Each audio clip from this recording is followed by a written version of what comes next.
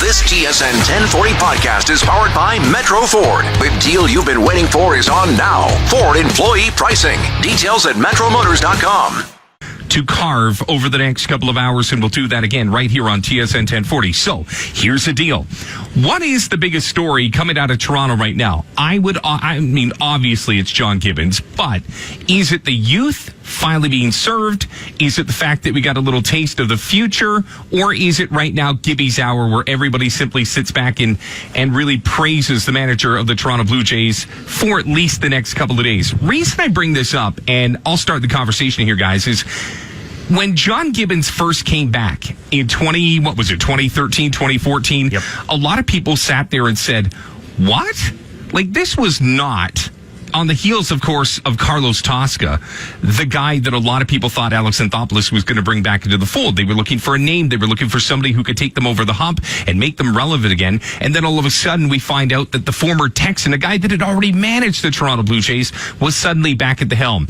So you go from the first go-around, which didn't go well in the early 2000s, to a guy that everybody was confused with, to a guy that I personally condemned, to all of a sudden this love fest. What in the heck changed over the last couple of years with John Gibbons and this complete admiration for the manager of the Toronto Blue Jays? Well, I think it was a couple of things, Rob. One, for starters, he came in under such everybody was blasting the move by Alex Anthopoulos. They thought it was a cop-out. This was a team that was supposed to be on the rise, and he brings back someone who, you always use that word of a has-been manager, but he'd been through that team before. And then unsuccessfully, I might add. Very unsuccessfully. And then they have success. And then he's really handed, let's just say, not a really good hand to play with at the end.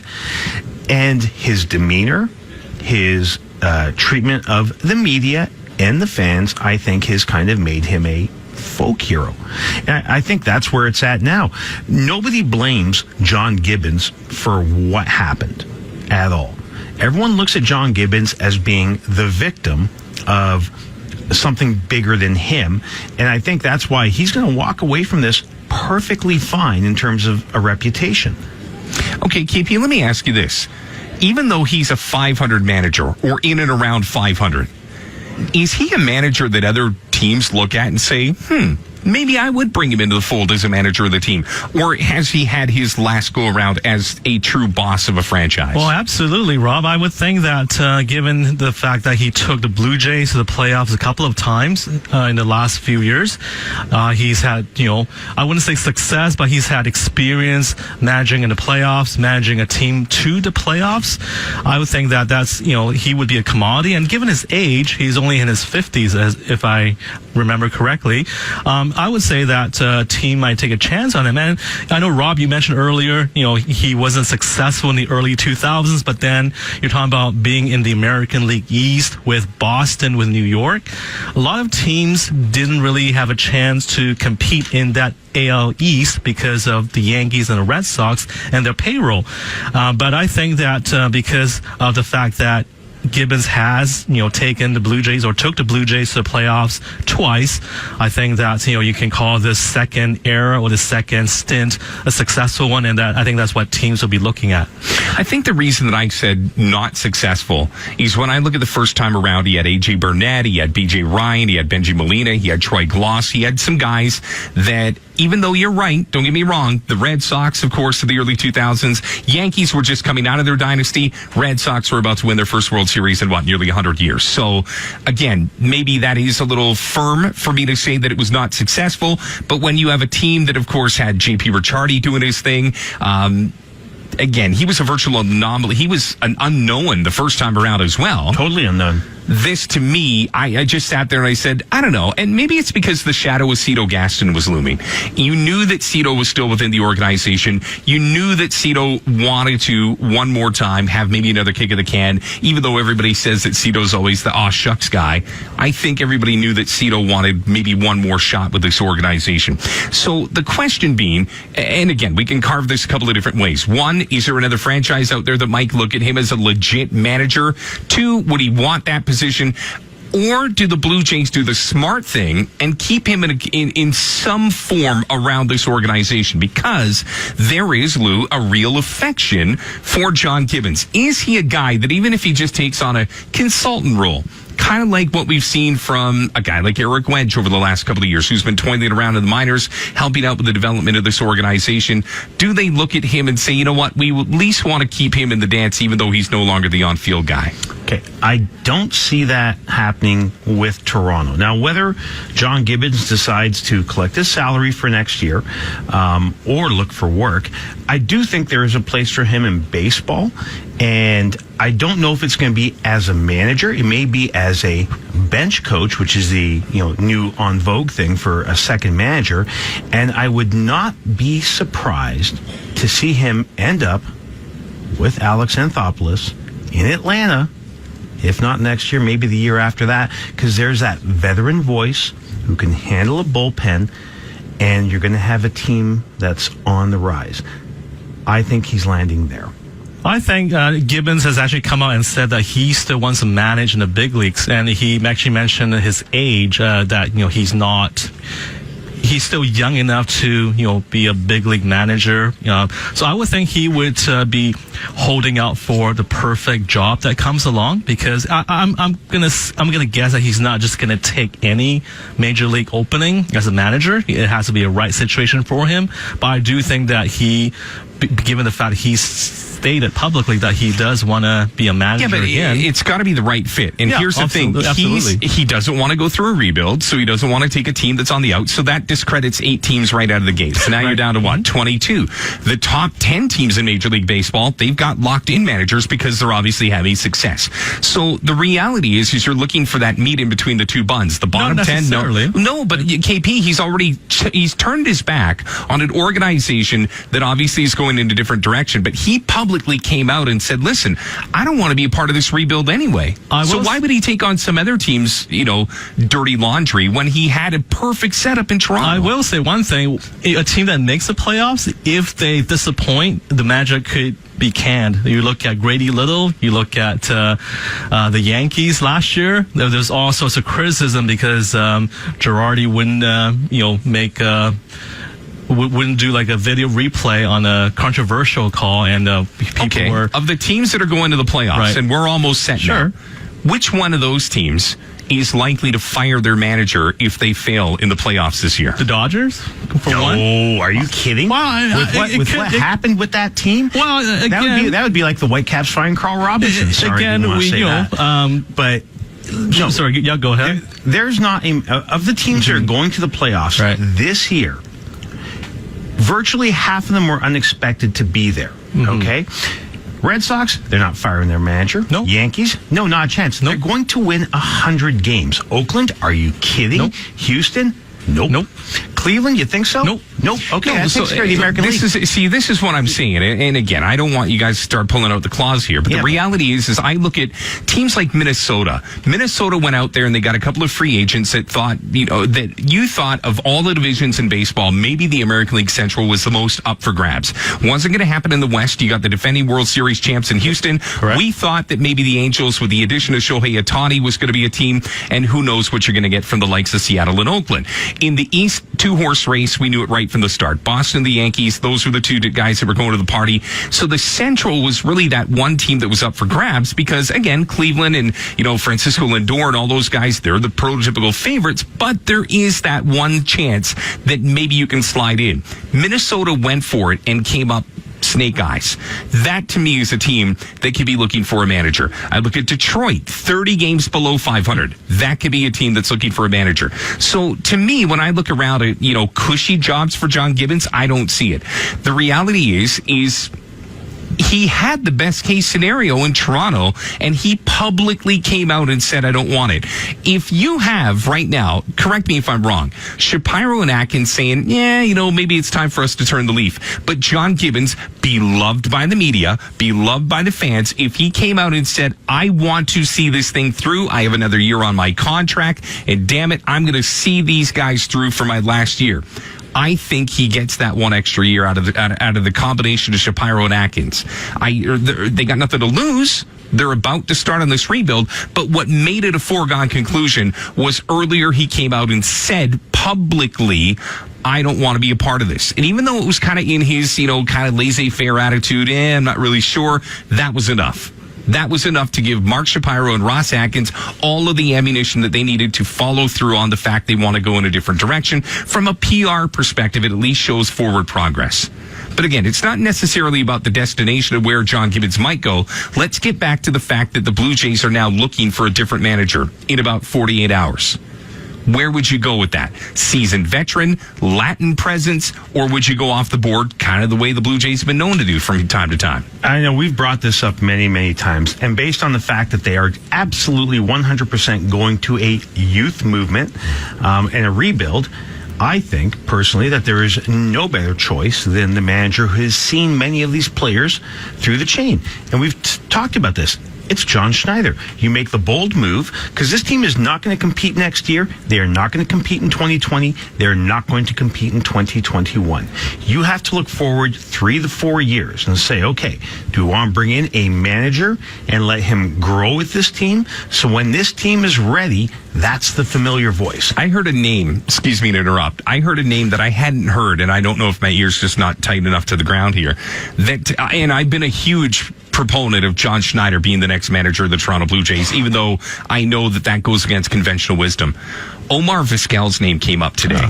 And I thought to myself at first blush, the reason that I thought, boy, that's a really intriguing name, in addition to the Stubby Claps of the world and all the names that have been bandied about for the last couple of weeks and even a couple of months, he's a very intriguing guy because who are the next big prospects coming through the Toronto Blue Jays system? It's Vladimir Guerrero Jr., an infielder. Mm-hmm. It's Kevin Biggio, an infielder. Mm-hmm. And it's Bo Bichette, an infielder. Now, I don't know about you, but to me, in my generation, one of the greatest defensive shortstops that I have ever laid eyes on is Omar Vizquel. So if the manager of the Blue Jays, in addition to him having to deal with everybody else, is on site consistently, and I think manager is the only position that he would come to Toronto for, if I've got my 3 blue chip prospects all learning from Omar Vizquel, that's a win.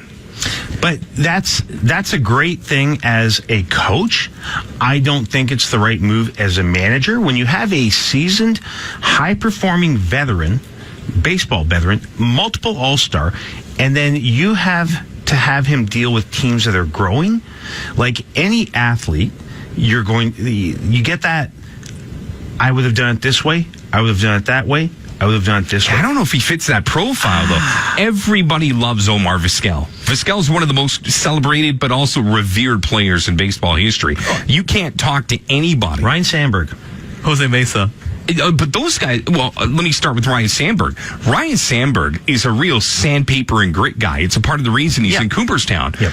Omar Vizquel is satiny smooth. I mean, you talk to people that have been in the media, for example, they love Omar Vizquel. He checks a lot of boxes. And I'm not on my soapbox saying that he has to be the next guy, but you've got a Latin guy that is an infield gem who is going to take on this next chapter of the Toronto Blue Jays, so he'll be around for the next 3-4 years minimum.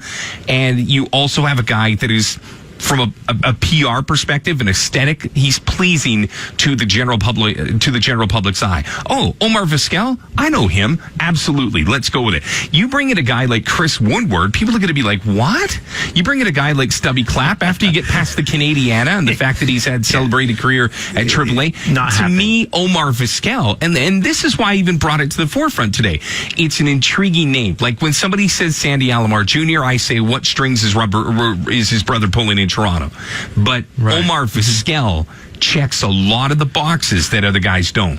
Here's one box he also checks, and as a longtime Blue Jay fan, one of the things that has bothered me over the last couple of years, more Cleveland. That's right. But he's got ties to Toronto and Cleveland. I know, but I don't see the fit of, now, could be totally wrong here, and he's the kind of guy who's willing to walk in and suffer for 3 or 4 years. I don't see that. Just because he is a high-performing athlete, and he was a high-performing athlete. He just finished managing in the minor leagues. I understand that. There's only 30 of these jobs on Earth. He'll take it. I'm not saying he wouldn't take it. Take it for sure. I don't know if he's the right person. I just don't know. I just if he's think, the right and again, person. KP, correct me if I'm wrong, but if you're in a transitional phase, it would be the hockey equivalent. And again, I'm going to counter my own argument by saying it because there's a pro and a con. Wayne Gretzky takes on the Arizona Coyotes, Yes. and everybody says, "Oh my God, you couldn't have a better mentor," but it didn't work out. But the problem is with Arizona Coyotes and Wayne Gretzky, they didn't have that youthful personnel to come up with Gretzky. Gretzky was trying to manage guys that were already in contracts, that were already NHLers. Now all of a sudden, you look at the Toronto Blue Jays, who in the next 24 months, we expect full value to see Vladimir Guerrero Jr., Kevin Biggio, Bo Bichette, and young Rowdy Tellez over at first base. Your entire infield is the nucleus of everything that you've been pushing on this Blue Jay Nation for the last, month, year? Who knows? This is going to be the nucleus of your franchise. Why wouldn't you put one of the best shortstops in baseball history in front of them to teach them the ropes? Well, Rob, before you mentioned Vizquel's name, I was going to go with Sandy Alomar Jr., another name you mentioned, just because, again, the former catcher, I know he has a Cleveland connection.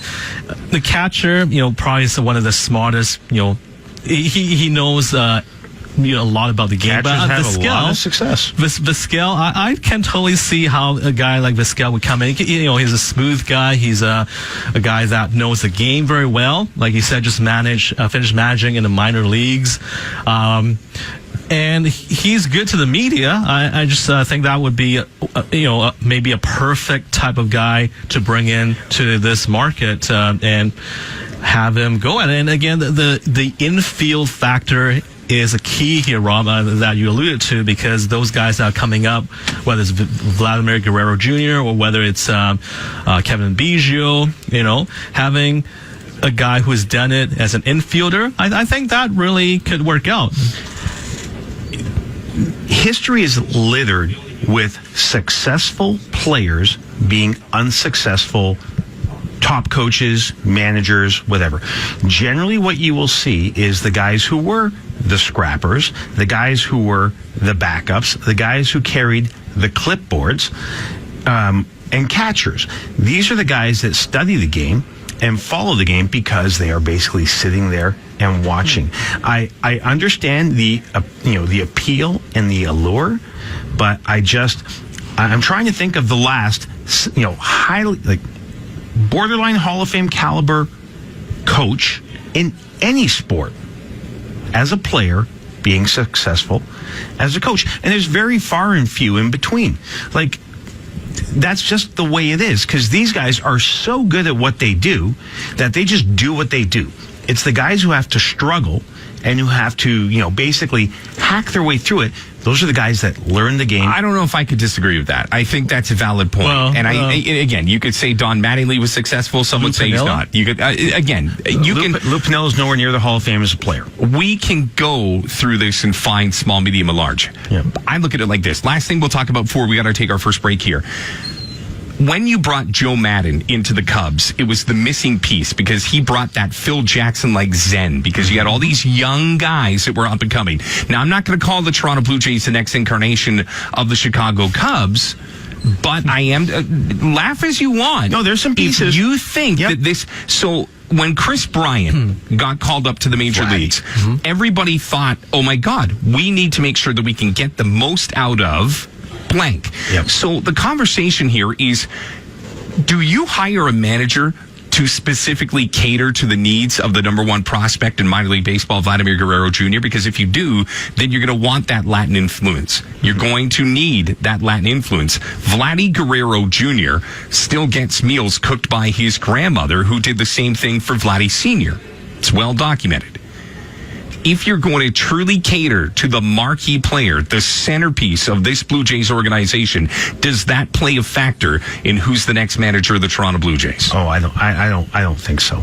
I don't. I've rarely seen that in any managerial changes. I mean, yes, Vladdy is a Latin American player. The other guys aren't. His dad played for both Latin American managers and non-Latin American managers. It's baseball. Vladdy Jr. is going to have no issue dealing with someone who doesn't speak Spanish or does speak Spanish. And again, and I don't think you're wrong, but I'm going to put that question out there just because when they trot out insert manager's name here, they're going to have to justify it because there's no clear-cut favor in this conversation. There's no guy that's like, absolutely, we need that guy. So with 5 to 10 guys out there that are all relevant in their own way, Mark Shapiro and Ross Atkins are going to have to face the music and say why they hired insert name here. If they go with John Schneider, again, they hired him because there's already 2 years connectivity between him and the future nucleus of this organization. That is a huge business card to put down on the table. That Stubby Clapp can't put down, that Chris Woodward can't put down, that Little O can't put down, that hardly anybody can put down. That puts him in the conversation for sure. But if you have to walk towards the major league media and say, this is why, I think you could actually use that as a crutch to move forward if you say that we went with a Latin infusion. All right, we're going to take our first break here. When we come back, so much baseball to talk about. The Oakland A's, 10 to 15 years ago, they became the story of Major League Baseball because they did a little thing called Moneyball. Everybody caught on. Everybody got on the sabermetrics train. And you know what? They're still finding a way to stay on the uptick of that curve. How the heck did the Oakland A's do it again? Dumpy stadium. Poo flows out of the, bathrooms. They've got the worst stadium in baseball. They've got a team where you probably couldn't name beyond 2 or 3 players, and yet they're a team that is closing in on 100 wins. How did Billy Beane do it again? We'll talk about them and much more. You're listening to Vancouver Canadians Game Day. It is, as always, powered by Booster Juice, and you're finding it tonight on TSN 10. We're 200 to 1 to win the World Series. They were amongst the worst in all of Major League Baseball. 5 teams were rated at 200 to 1. Texas, Baltimore, the White Sox, San Diego, and you got it, the Oakland Athletics. So fast forward 5.5 months, and right now the Oakland Athletics are 96 and 63. It is an unbelievable turnaround. It is a worst to first scenario if you think about it. Last year they were 75 and 87, 5th place at a 5-team American League West, and all of a sudden you step forward and they're going to the postseason. It is a 1-game play-in, so don't get me wrong, it's not like they've dominated. They're still going to have to fight to get in, but it is a remarkable turnaround story. So the question essentially is, how in the heck can you do that in this day and age in Major League Baseball? Last year, they finished 26 games out of first place for the 2nd straight year. And then all of a sudden, they go 96 and 63. And everybody, once again, is scratching their head as to how Billy Beane continues to stay ahead of the game. I'm not sure about you guys. I don't pay a lot of attention to the Athletics, and that's saying something because I know that the Vancouver Canadians used to be a part of that organization as far as the affiliation goes. But, I mean, is there anybody in baseball that has done better at just staying one step ahead with less than a lot of other teams have as far as the money goes than Billy Beane? I can't think of anybody. Well, I mean, long term, absolutely not. I mean, he built his reputation on this, the whole book, the movie and such. I mean, he's found the formula. Just get a whole bunch of players that no one's ever heard of and then surround them with a pitching staff of pitchers that no one's ever heard of and go out and win 96 games. I mean, Rob, it's simple stuff. Yeah, you can never count out Billy Beane, that's for sure. There is the only star on this team would be Chris Davis with a K, the one who doesn't hit 151. But aside from that, I mean, Jed Lowry we've all heard of, but everybody else is unheard of. Yeah, and even the guy who threw a no-hitter earlier this year, I don't think any one of us could even remember his name now. Their top starter has 12 wins. Like, right. This is just, it's hard to explain, and they're a plus 140 in the run differential, which to me is always an important thing. So this is a very, very, very good team. How they're doing it, couldn't help you there. Well, it's because they do. I don't want to use the word stupid because it's anything but. Mm-hmm. But if you told the majority of, baseball sabermetricians and guys that are deep into the game that going out there and grabbing Fernando Rodney from Minnesota it's probably not a good move. And yet what he ended up becoming is a setup man to a setup man. And then you go out and you find guys like, Mike Fiers and Familia, who ended up having 51 saves over 2 years ago. And all of a sudden he clicks. It is one of those things where you sit there and you say to yourself, well, that's cool. But it's beyond cool. It is revolutionary because everybody, the coming out party with Moneyball is 15 years removed now. Everybody knows what Billy Beane's been up to. And yet he is the master of taking his lumps for a couple of years and then reloading with this weird statistical, just grab bag. You know what it's like? It's like putting all of your Scrabble tiles back into the bag, shifting it around, and then all of a sudden coming out with this perfect 7-letter word that lines up on a triple word score that has the letter Z, and J in it. Like, it is an unbelievable gift. It really is a gift to be able to do this because here's the ping pong of the last 10 years of the Oakland A's. They're going to the playoffs this year. The 3 years prior, they finished dead last in the American League West. But prior to those 3 years in the basement, first, and second. And then before that, fourth, third. But before that, first, second. So nobody's writing this on the side of the road, pen and paper in hand. But it's a couple of years of greatness and then dumping your pieces, taking your lumps, and coming back and doing it all over again. But in order to do it all over again, and this is why I think the Oakland A's are a great story that transcend baseball. You can, as a hockey fan, look at this as well. You as a football fan, maybe the hardest of the 4 major sports to do this, but it can be done. If you can time your sale, if you can time your pieces perfectly, you can get back into the game quickly.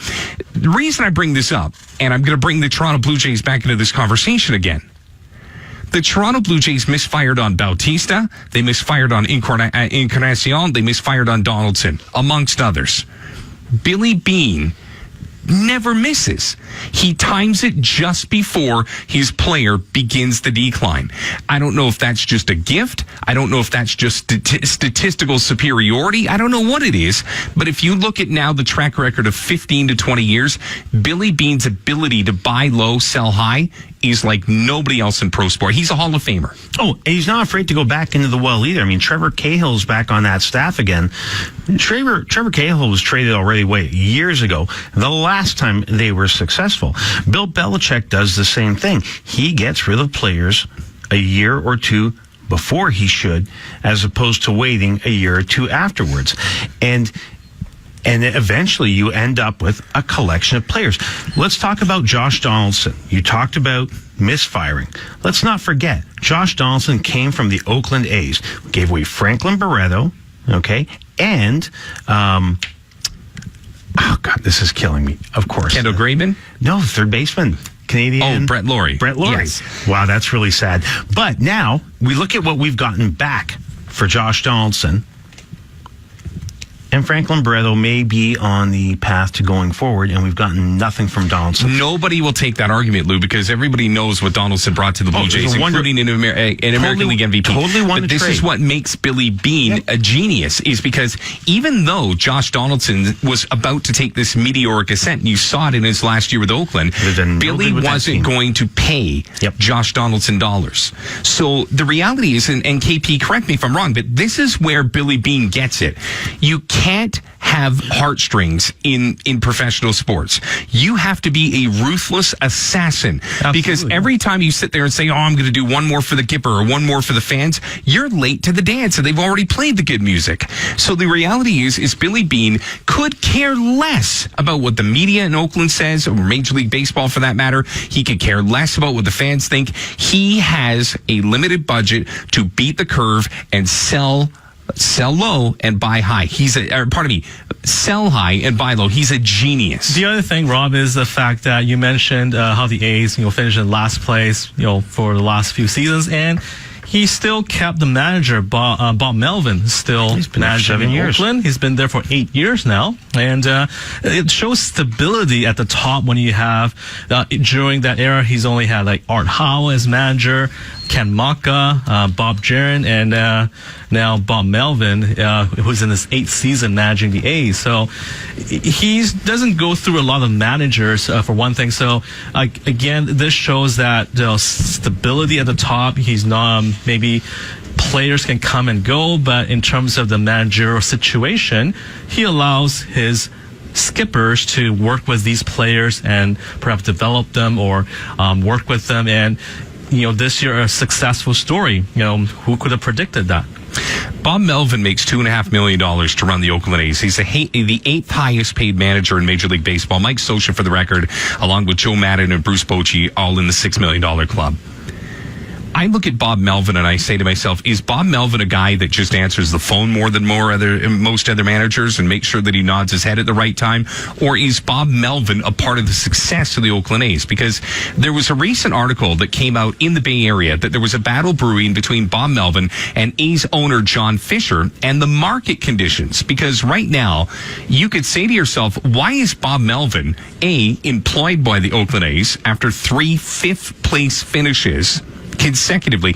You take a manager in Major League Baseball and he finishes dead last for 3 straight years, he's probably looking for work. Yet, Bob Melvin probably has more job security than half of Major League Baseball's managers because he's willing to be a yes guy. Are you saying he's kind of like the Jason Garrett of baseball? If you want to put Jason Garrett into the conversation. Now, I'm not saying that that's the case, right, but I can't imagine how Bob Melvin has this kind of job security that he can go to owner of the Oakland A's, John Fisher, and say, hey, here's the current market conditions. I think that we need more. I need more. This organization needs more. For a guy that just finished in the cellar 3 consecutive seasons, you've either got stones that I'll never grow, or something that I don't know. So is he playing the game? I don't know if it's so much that he's playing the game, but I mean, obviously in terms of his relationship with the general manager, there's certainly got to be discussions there about this is what we're looking at and this is where we're heading. And if they're on that same page, then you're certainly not going to cut them loose even through those lean years if they're on the same page. Obviously, Billy Beane doesn't have an issue with job security. So he's got that freedom. He's got equity. He's got ownership stakes. But he's not going anywhere until he decides he wants to go. And as a result of that, he can basically have his guy as long as he wants him. But you just made my point. His guy, so long as Bob Melvin nods his head, he's his guy. All right, we got to take a break here. And again, I'm not anointing Bob Melvin as a bobblehead yes guy, but it's amazing that a guy that finished at the bottom can walk into his boss's office and say, I need more. All right, we're going to take our break here. When we come back, we're going to switch gears and talk about the Seattle Mariners. KP called it a couple of months ago. He said, this team is gutless. He said, this team right here is going to fall. And no sooner did the word gutless come out of KP's mouth, Seattle began to fold like a cheap tent. What went wrong? Is this team just too much dead wood, not enough prospects? Is there are they a donut? Or are they a team that could actually do something next year? We're going to talk about the Mariners next. You're listening to Vancouver Canadians Game Day, powered by Booster Juice on TSN 1040. Lots to I don't know. You brought it up. I don't know if there's a lot of meat on that bone, but wouldn't it be cool? All right, we promised you a brief conversation on the Seattle Mariners because as we dissect the Toronto Blue Jays, it is another season to forget for the Mariners. They were good for, I guess, till about the All-Star break. That, to me, is when the season became a problem. And to me, this is a bit more of a problem. It's a team that keeps sort of kind of committing to being a really good team, but doesn't truly go all in. For example, they've got pitching some years, but they don't have defense or anybody that can hit. Or they have the opposite. They don't ever have this one cohesive unit, and then you've got really only one quality pitcher, and everybody else is the, back of the rotation, a bunch of 4s and 5s. So is this a problem for the Seattle Mariners coming forward? Because as we wax on about the Toronto Blue Jays and their minor league system, Mariners do not have the same embarrassment of riches. No, they don't. They don't even have anything remotely close. I mean, beginning of the year when they were hot, we sat around here and said, how are they doing it? How are they doing it? This can't be happening, can't be happening. And then when we finally bought in, then they collapsed. And they were who we thought they were before we actually thought they were something else. There's one guy that's been banging that drum for months. KP, you came up to me gosh, right around the All-Star break, and you said that this team was due for a collapse. What'd you see? We were Lou and I were looking at the run differentials, and at the time, the run differentials, that's like the difference between runs scored and runs against, given up. The two numbers were kind of equal, and as a team, it shows that they were winning a lot of one-run ball games, which they were doing at the beginning. I just don't see that happening over a 162-game season. Now, if this was like a split season, you win a half or something, you get in, you don't worry about the second half. But in the 162-game grind in the Major League season, there's still a second half of the season to play. And, I know that a guy like James Paxton, he threw a no-hitter early in the season, but we kind of sung his praise because he's a local kid, correct? No, not Lou. Lou's shaking his head at me. But again, that was a great story. He had a great outing, a great month. But to me, James Paxton kind of reminded me of a guy like the Toronto Blue Jays, Brandon Morrow, when he was pitching for the Blue Jays several years ago. Morrow would have a few good starts. He would get injured, and then just the potential was there, but he just couldn't deliver. And I thought we were seeing the same thing with Paxton, and he was a number one starter. And because don't get me wrong, he had a great first half, just that the injury record, the track record with his injuries, I just figured that something might happen, this year, and again, the rest of the pitching staff, we were talking about this, a couple months back. Never heard of these guys except for Felix Hernandez, who's having a terrible season. And Felix got off to a great start to the season, which brings me to a real quick question, and Lou, I'll throw this at you. The general consensus in Seattle is if you were ever going to trade Felix Hernandez, this would have been the year. He got off to a hot start. There was only 1.5 years left on his contract. It's a big back-ended contract, but it is to a team like the Astros or the Yankees or, even Atlanta. It's doable because it's Felix Hernandez. You put him in a winning environment. Who knows? Because I think he got off to a start. He was like 7-4, 7-5, or something like that. He finished in his last 10 outings 1-9. Well, yeah, and the ERA was not very good to start off. But you put him in the right situation, and maybe here's the thing, and bear with me for 1 second. The problem is the Mariners had a little bit of constipation. You have an opportunity, and maybe you don't get dollar for dollar on Felix Hernandez, but you get some money off your books. They would have had to have eaten probably a good portion of this year, but you've got an opportunity to at least get a prospect or two back. Like, sure, you're not going to get a major league player in return, but now it's another wasted year. Well, one of the things that happened to Seattle, of course, is that they were they were in there until August. They haven't had they haven't had a bad year. They've won 86 games. In a lot of seasons, if they end up at like 88, they make a wild card. No one expected this Oakland explosion. Okay? But the thing is when you're a team that does not have a history of playoffs, okay, and you are sitting there on that line, you just can't trade, one of your starting pitchers. If they had their September and August in April and May, then you know what? Maybe Felix gets moved. Well, we're going to have to talk about this on the other side of the break. We're up against it. By the way, I don't know if I agree with the Seattle Mariners. Minus 43 in run differential. Couldn't hit, couldn't pitch at times. It was tough. But, again, 86 wins in a division that includes Texas, the Rangers, and upstart Oakland. All right. We'll take a break here. Sorry, man. That's like me kicking you in the knee when we're down. Take a break here. When we come back, we're going to set up the top stories of the day.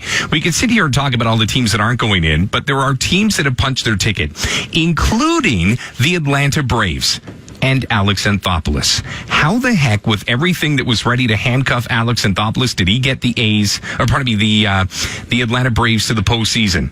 It's because he believed in his youth and he took a shot. We'll take a break here. You're listening to Vancouver Canadians Game Day right here on TSN 1040. So we were trying to make the comparison between Gritty and his relation to former Montreal Expos mascot Youppi.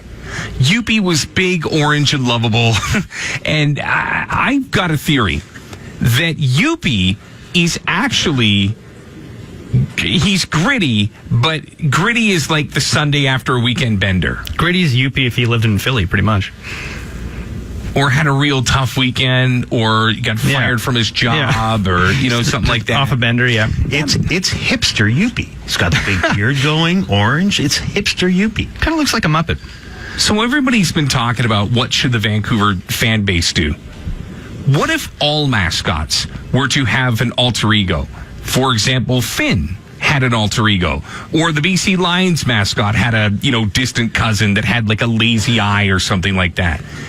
I think, dude, think of the success right now that the Flyers are having with their mascot. Should every team not have this dysfunctional sort of relative mascot cousin type thing that could come out and just be like the mascot fresh off a heater or a bender? There is no such thing as a bad mascot because all they do is generate publicity for you. Like, let's not forget, the most famous mascot of all time was the San Diego Chicken, which had nothing to do with Padres. Like, there's no relation there at all. It doesn't matter when you're talking about mascots. If you have a mascot that is way out there, people will talk about it and it will generate publicity. But see, so the Vancouver Grizzlies, they had Super Grizz. So for the first half of the game, you got Grizz, big lovable bear came out, high fives.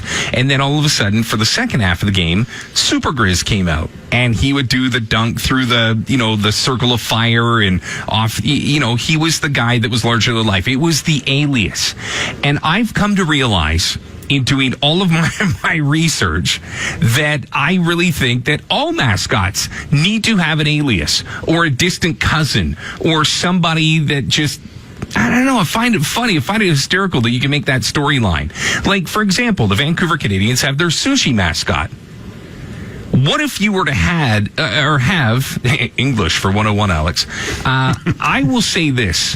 What if you had a skinned fish that was chasing the sushi around? Like, like the fish and it's just the bones in the middle? That'd be actually very, very funny. But no, I'm just saying. It would be.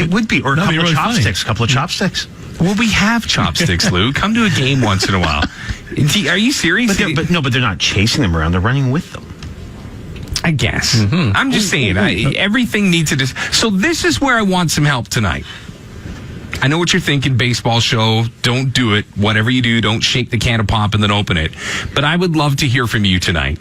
604-280-1040. What mascot is missing from the Vancouver sports landscape? And don't be rude. I don't want to hear, Johnny Syringe. Like, I want to hear something, Bobby Bike Lane.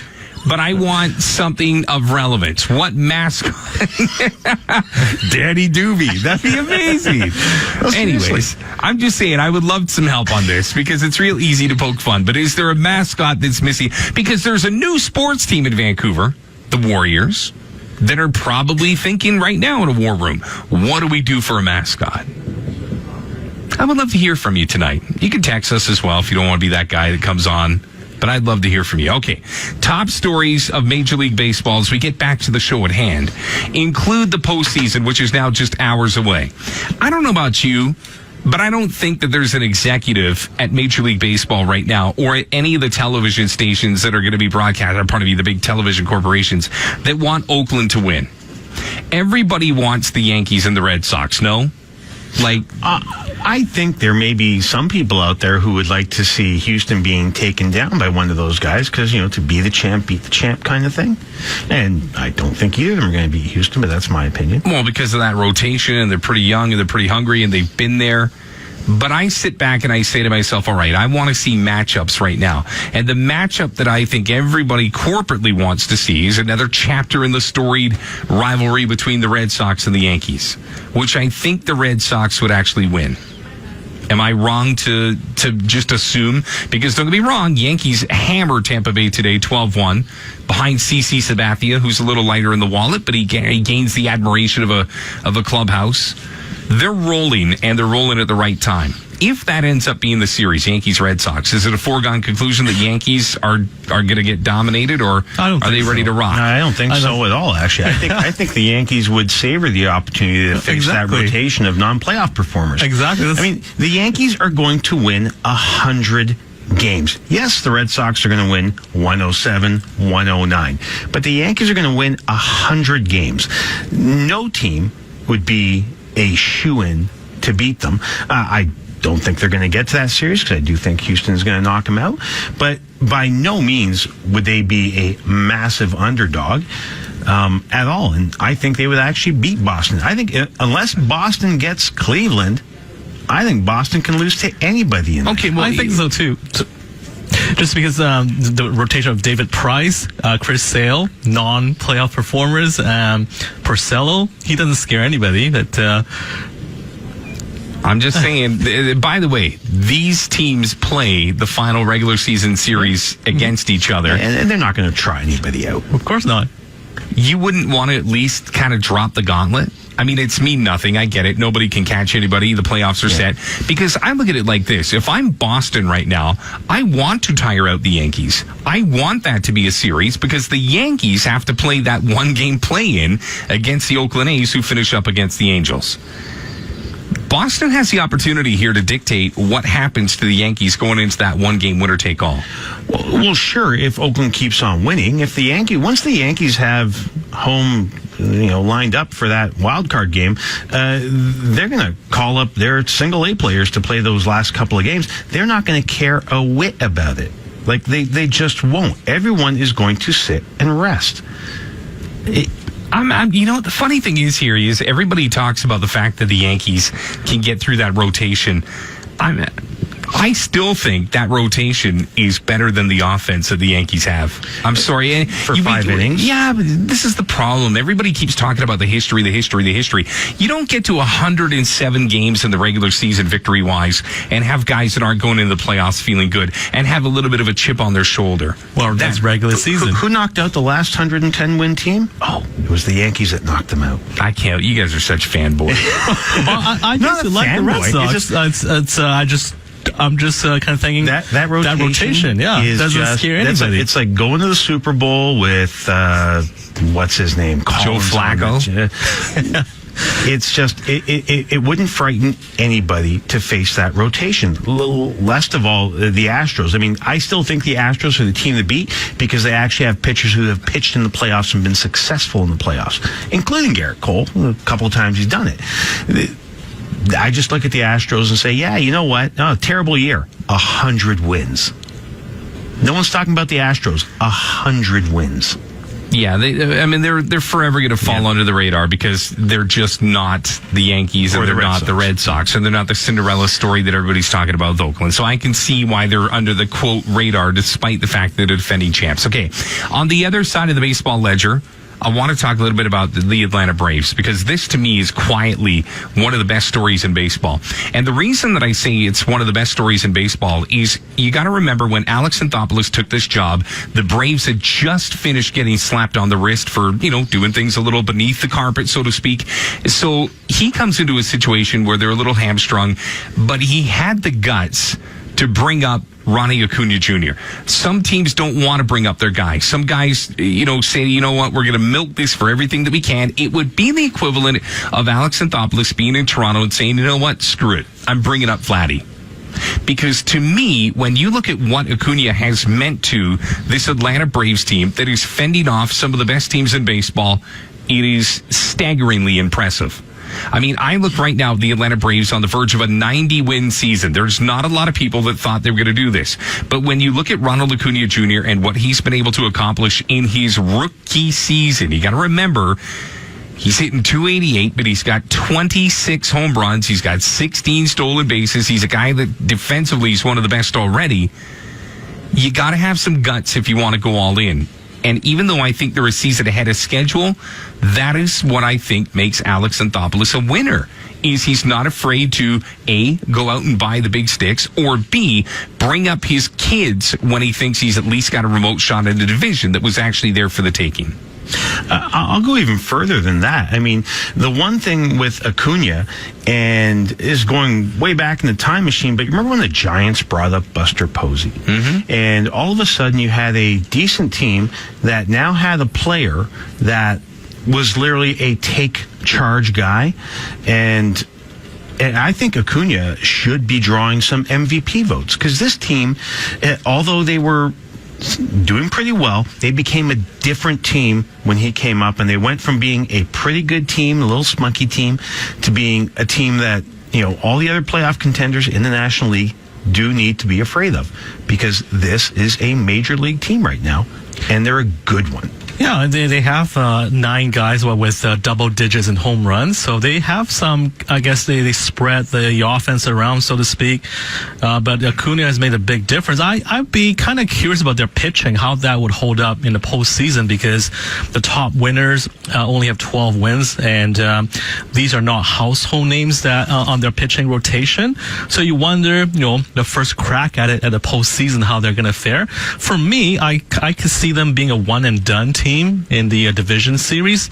A lot of times, especially in baseball, a team that makes it to the playoffs the first time around get knocked out, the first round, basically. But I would be curious. I think winning the division is kind of like, they've done more than they expect. I think winning the division is kind of like their World Series, so to speak. If they're going against like teams like the Cubs, right? I don't think that they're going to get to the NLCS. Maybe they peaked a little early. Here's some numbers on the Atlanta Braves. I know there's not a lot of you driving around in Vancouver right now that are huge Braves fans, but only the Philadelphia Phillies and Cincinnati Reds lost more games than the Braves since 2015. Translation, over the last 3 years, the Braves have been junk.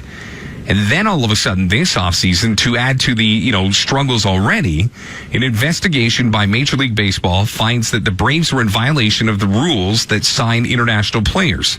So now you've got turmoil on the field, you've got turmoil off the field, and Alex Anthopoulos at just 40 comes into this situation. Now, he said, quote, "It's as good a job as you're going to find in sports," unquote. That's Alex Anthopoulos in the nutshell. Eternally optimistic, as many have described him.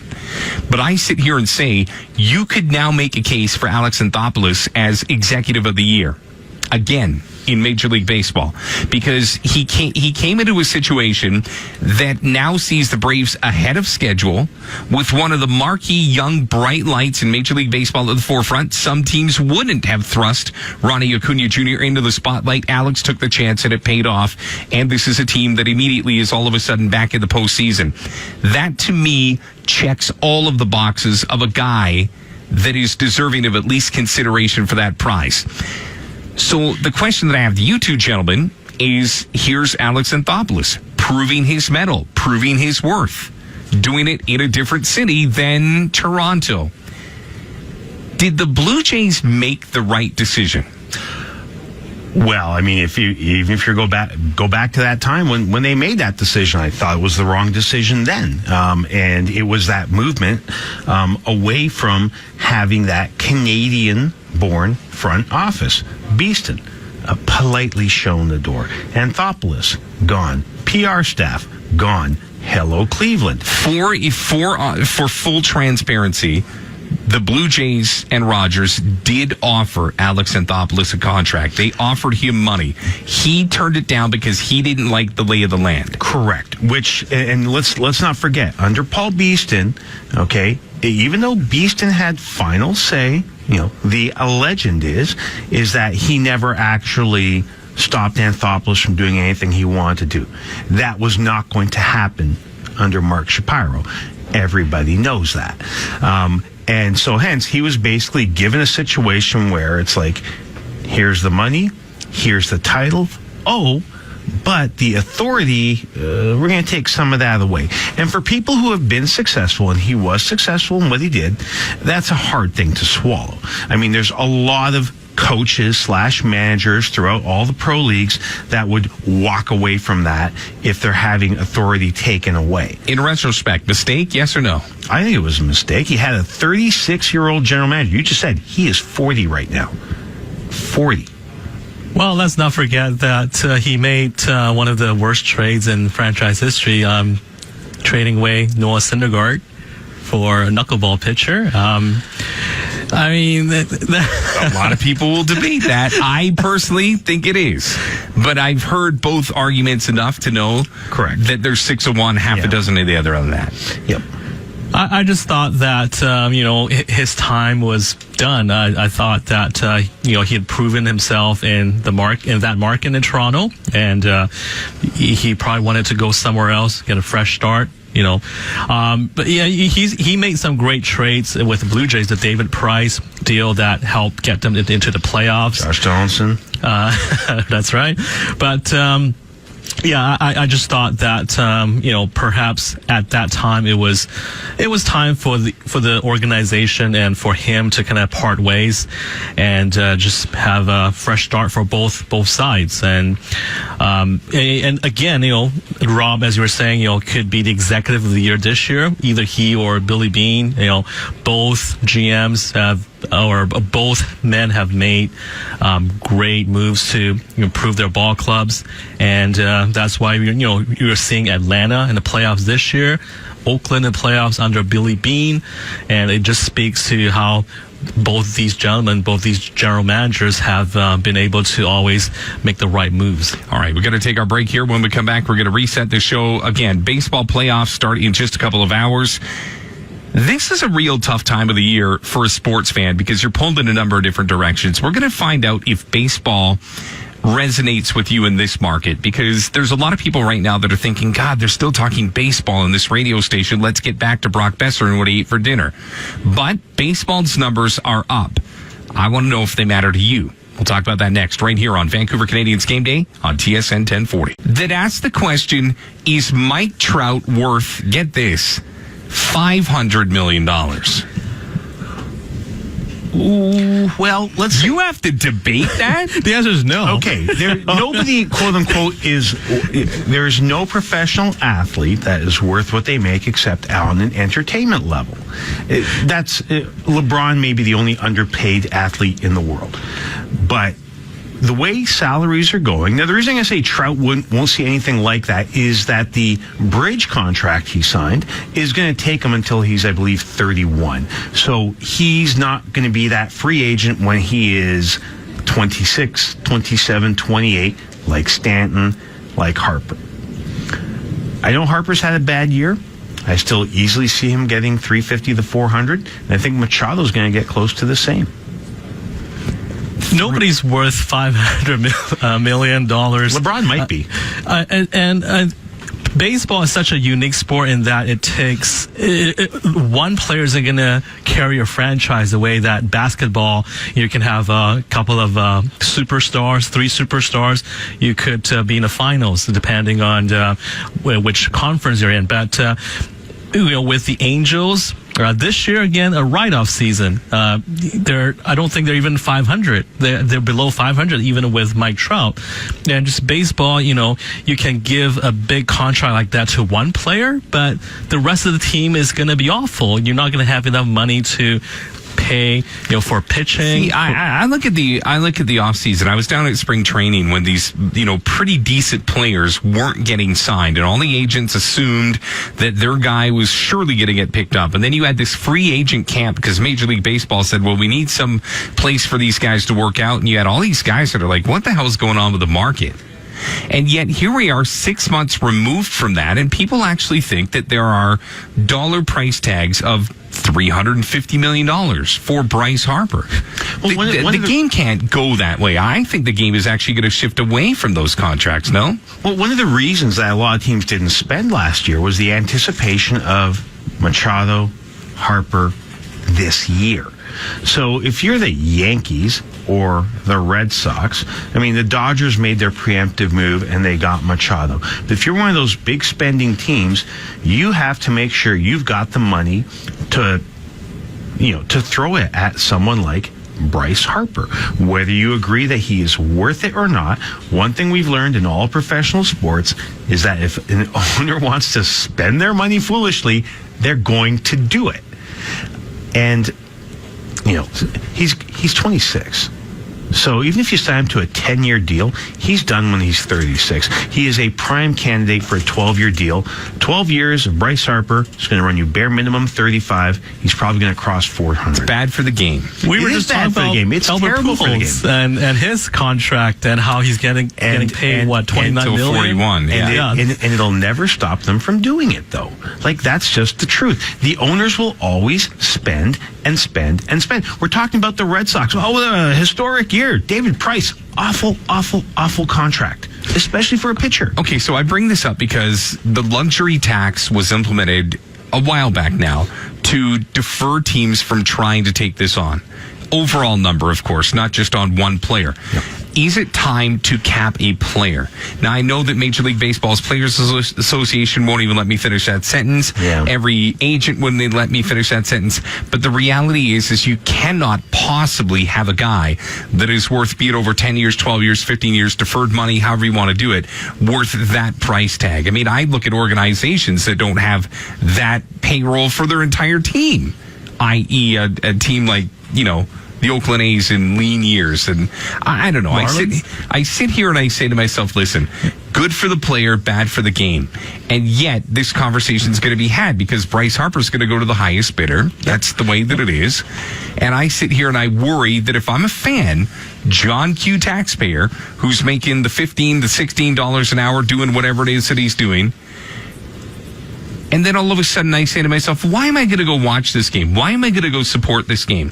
I can't relate to that player anymore. It's the never-ending conversation because I talk to people here in Vancouver that are quasi-baseball fans. I mean, if I'm in a diehard market like the Yankees, spend because it's not my money, but you know what? Spend because I'm there, I see it, I get the benefit of seeing this guy in his prime. But a secondary market like Vancouver, for example, it's a real quick disconnect. Not just from a player or a team or a sport, but it's just, I can't relate to these guys. And this is what I think baseball is trying to do now, is circle back and get this new generation of baseball fan. But if I know that player's worth $350 million, how do I relate to that guy? Yeah, Rob, this is the same thing, and we're not spring chickens anymore. I remember these questions being asked in 85. And then in 93, and then in 99, and then in 2000. This happens all the time. There's a disassociation. Every time the players get locked out of this league, it's like, oh, these filthy millionaires, I want my game back. But the problem is you look at certain sports that have capped it. But they're not real caps, though. Well, no, but you have, for example, in football, you have your franchise tag.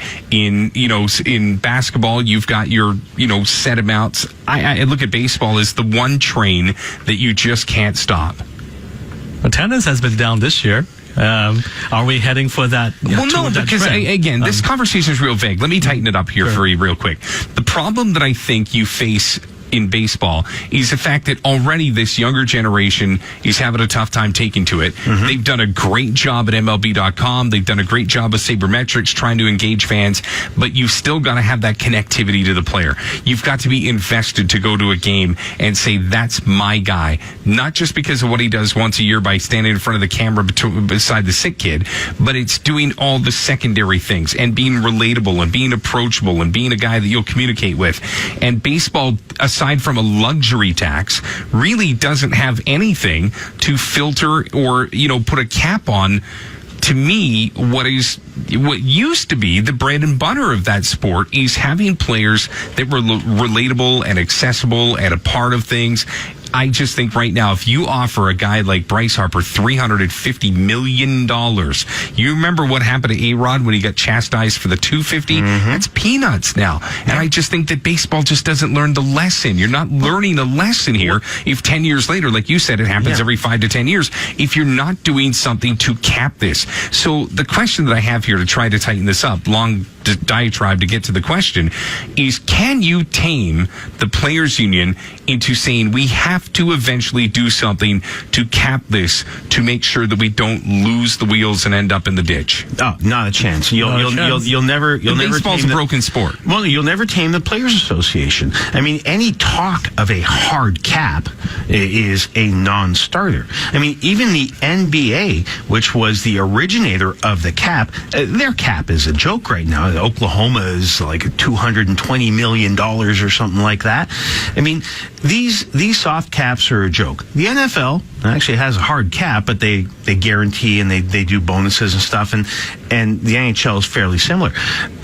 Baseball, no, the Players Association is too strong there. You would have to lose a season, if not two, because these guys aren't going to miss a year of paychecks. And you would have to wash away 2 years to get something like that done. And the Players Association and all the agents out there, they're going to want to see the owners' books and say, the owners are making a lot of money. We want a cut of it, and we're never going to accept a salary cap because the money is there. There never is as a non-starter. It's not. Okay, but here's the problem, and we've brought up all the great dimensions to this, but the fan, the guy or the girl, at the end of the day, is the person that's going to want to spend their hard-earned money to come to the ballpark. Because I look at it like this: it's the cost of doing business. If you're going to charge me more to buy that tomato, I'm going to in turn, after I make my pasta, charge more for you to eat it. So this somehow is going to come back to the fan in the form of prices, in the form of all different kinds of ways that the fan is going to get gouged to the point that they're just not going to go to the game. And how do you justify paying a guy $350 million when you've got 10,000 people in your stadium? Rob, if I was still living in Toronto and I'm a lifelong Blue Jay fan, I can tell you right now, over the course of the last 3 years or 4 years, I would not have gone to a single game because I cannot justify spending $100 to watch a baseball game. But yet you know why they have to charge you $100. Oh, absolutely. And I'll say that for any single sport. Eventually, the players are going to kill their own sport. When will it happen? We don't know. The NFL is going through it right now. The players are killing their own sport. Absolutely. Right? And will it happen with baseball? Sure, probably eventually. Eventually, what you'll see is more of these small market teams. Kansas City was an anomaly. Like, let's not kid ourselves. They were an anomaly, and they were the argument saying, hey, look, a small market team can win. I was going to say that the NFL is in more trouble than Major League Baseball just because of the concussion issue. Perhaps parents aren't going to let their kids get into football because of health concerns. The players are still relatable. This is not the answer. Le'Veon Bell? Relatable? No, but what I'm saying to you is concussions, you can relate to that. Well, sure. That's a whole different story. I'm talking about the fact that if I look, and again, it seems like we're always up against the clock. I mean, it's good conversation. The problem here is the fact that if I'm trying to tell my son or daughter, hey, let's go to a game, let's watch these players, they're marquee players, they're the greatest athletes in the world. But where the disconnect comes is in the fact that this player he's just worth too much. And in turn, you know who's going to get stung by it is me. Take a break here. I know you guys both ready to take me on this, but we'll take a break here. Love to hear from you as well. 604-280-1040. Are athletes too rich to relate to? We'll take a break here. 604-280-1040. You're listening to Vancouver Canadians Game Day. That's not true. And pictures to prove it, I went on to different places, signed on with a tour company, went through the eastern part of the country. Would you recommend it? Northern part of the country? Probably not, eh? I did go to the DMZ, which is like the border. But Demilitarized zone, yeah. Yeah, and was it busy there, or was it busy? Oh, I didn't think there was anything. I didn't think it was a big deal to visit the DMZ, but did you walk over the line? No, I didn't. But come on, man, have some guts. But I couldn't believe the number of tourists that were there. Like there were other tour companies, tour buses there with loads of people getting off the buses. I was like shocked. Like everyone was taking pictures of the views and all the stuff. Come on, man, get to the dirt, man. What'd you do? Did you do anything fun? Best vending machine food you had? Ooh, I've heard about that. I did. When I was away, I did tune in. I listened to 1 week. I listened to it live. The other week, I listened to the podcast. You guys are talking about ballpark food. I do have something for you if you're wondering. Ooh, I like this. Okay, Korean ballpark food. Yeah, you can say that. How about this one? I don't know if anyone ever talked about this or brought this up. How about you have hash brown as a patty and fried chicken as a buns? That would be awesome in the ballpark. Isn't that like What's it called? The double double down? double down? Come on. KP, Where that happened like chicken 10 was years the ago. bun. Wait, at the ballpark? You have that in the ballpark? Well, not at a ballpark. not Oh, a see? ballpark, but We were talking about fried food and unhealthy food. Okay, so you're saying that the potato goes in the middle and the Yeah. bun is actually just 2 pieces of chicken. Yeah, why not? It's called the double down. Okay, fine. All right. What about cheese? What else you got? What else you got? how about beef patties, hot dogs in the same burger? We don't see that. Hold on, a hamburger and a hot dog in the same burger? wow. KP, dude, you suck at this. Come on, man. We send you on an unlimited budget to Korea, and you come back with, hey, I've got a great idea. The double down and the old hot dog / hamburger. Bimbap out of a baseball helmet. Don't see that. Ooh, that'd be good. Stone helmet. The bimbap. Well, I think in Korea, the thing with Korea is like the food is very spicy, most of it, and I don't know if you want to have that in the ballpark when it's hot. You don't want spicy things. No, hot wings goes terrible with sports. You know what? Even the Russian judge is shaking her head right now as she listens to this segment. I gave you a clear path to come back with some unbelievable research, and you came back with a hot dog / hamburger. Shame, KP, shame. All right. Dude. You know what? We're trading places. I'm going to Korea. You go to Abbotsford. Here's the deal. All right. We're going to be back next week, 7 to 9. We have an opportunity to do the show all over again. Love to hear your feedback. Of course, a couple of different ways you can do it right now. Of course, you can hit me up at Rob Fay Nation on Twitter, or else you can go to @VanCanadians. Andy, I'm sorry. I'm going to do this to you. We got 2 minutes to go. You ready for this? Hit me. All right. We want to give something away. Is that okay? It's okay. Caller 5 right now. We are, and this doesn't happen very often, we are going to give you the prize to be named later. Trust me on this. You want to call 604-280-1040, 604-280-1040. We have a prize to be named later. We actually have it. We will get it to you, but we're not going to tell you what it is until you actually call in. We'll tell the winner what you've won. But again, this is how we're going to break our show. Appreciate you listening. On behalf of Lou Filippo and KPWE, I am Rob Fay. And no, I promise you the prize, if you call in right now, is not a hamburger / hot dog in one bun. Andy, is it not the worst segment you've ever heard? Yeah, I was a bit disappointed. Not gonna lie. I'm not going to lie. I was hoping for something a little more, special or different, a little bit or more adventurous. yeah, just more exotic, maybe. Say we got double downs or a double down and a hot dog and hot a dog hamburger. hamburger. Yeah. You don't see these things at the ballpark, do you? A hot dog and a hamburger every day. No, it's combined in one, as one thing, as one item. I guarantee you someone's got it out there, and they probably have some corned beef and a fried egg mixed in there with it.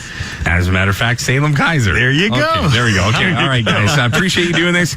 Andy, all the best. And we'll be back next week, Thursday, 7 to 9, right here on TSN 10.